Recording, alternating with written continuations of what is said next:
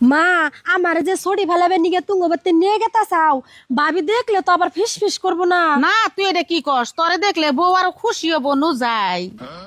মাগা মা কি? ওই দেখা দাদি ফুরে নিয়ে যাচ্ছে। বউ ও বউ, এই যে দেহ গেদিরে ছড়ি ফেলাবার নিগা নিয়ে আইছি।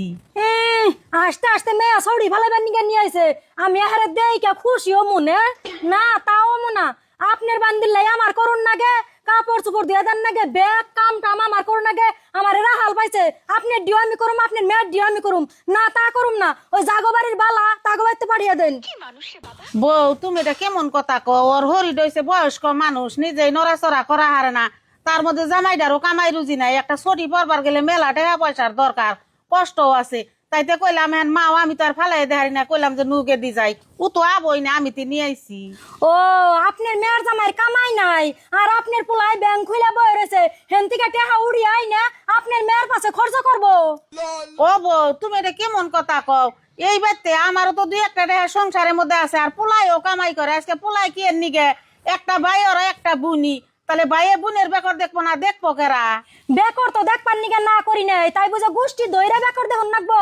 মা তুমি কথা ওকে হু তো আঙ্গবাড়ি মানুষই না আঙ্গবাড়ির মানুষ না, বিয়া দিছি গাছ কাটছি। समझ रहे हो? মা আমি তোমারে কইলাম যে ভাবি আমারে দেখে ফিস ফিস করবো, তুমি আমার কথা হুল্লাই নে কইলে যে না তোরা দেখলে হে খুশি হবো, কথা নি খুশি হলো তা তো দেখলামই, তাই আমার যেমনে নিয়েছে হেমনে নে দিয়া হো। নো যাই আমি তোরে দিয়ে আহি। নাও দাদি ফুপুরে নিয়ে যাও না ঘুরা হ। এই তুই চুপ থাক, যাইবার নিছেন যান, এড়া বাইতে থাকলে আমার আর অশান্তি হবো, আমি কোনখানে যাইয়া শান্তি পাম না, খাইয়া শান্তি পাম না, কাম করে শান্তি পাম না, তাই জাগোবাড়ির ঝামেলা তাগোবাড়িতে নিয়ে পৌঁছিয়ে দিয়া হেন।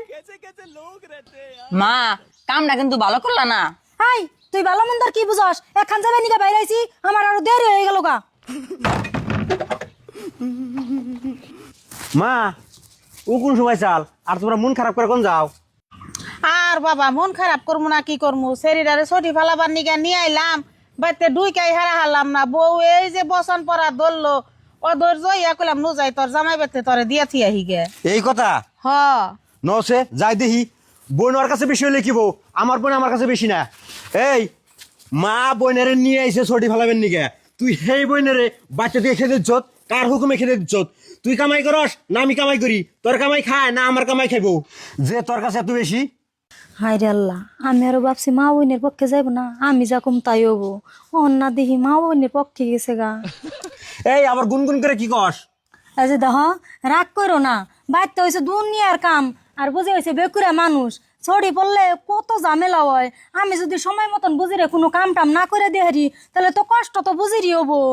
বউ তুমি ওটা নিয়ে চিন্তা করো কে, আমারও তো মেয়া, যখন তুমি কষ্টে পড়বা তোমার কি কাম একলাই করবার দিমু, আমিও সব কাম করমু।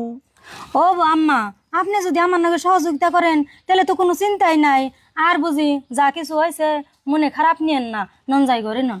মজা আয়া।